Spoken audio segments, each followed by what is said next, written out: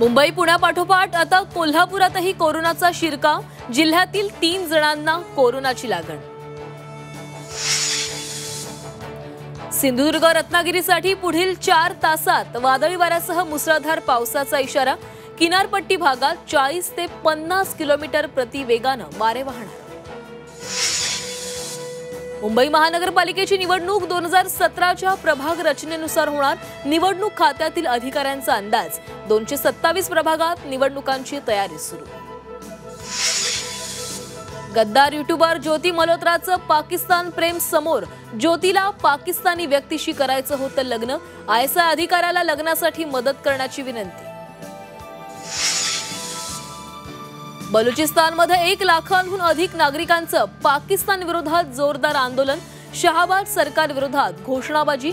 सिंधमध्येही पाकिस्तानी सैन्याला विरोध।